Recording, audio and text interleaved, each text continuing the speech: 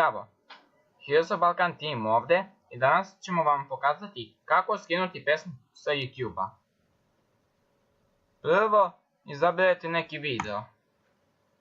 Ja ću izabrati neki koji je postavljen na našem kanalu, naprimjer ovaj. Kopirate link, Ctrl+C i odete na sljedeći sajt koji je postavljen u deskripciji. I unesete ovdje u prvo polje vaš link, to jest Ctrl i V. Nalepio sam i također možete da izaberete koji ćete od ovih formata. Da li će to biti audio format ili video format. MP3, VMA, MP4 AVI i tako dalje.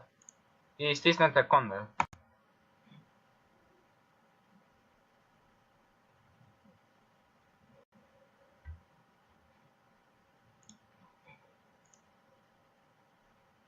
Neka reklama iskočila.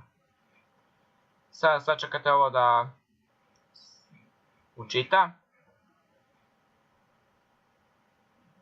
I sad ovdje možete da izmenite neke podržavanje. I obično uklonim ovaj i stavim puno ime.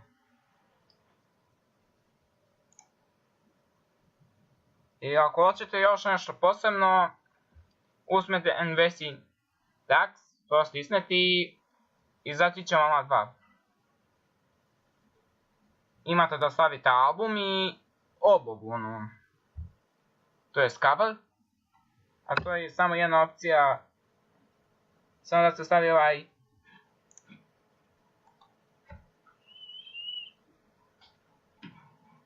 sličica ovoga na MP3. Ja neću to sad stisnuti i idemo na Continue.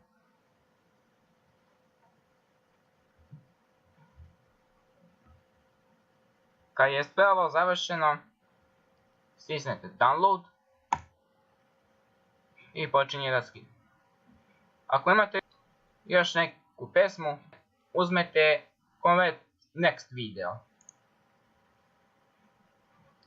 I tako dalje. Nadam se da smo vam pomogli. Lajkujte, šerujte, subscribeujte se i komentarišite.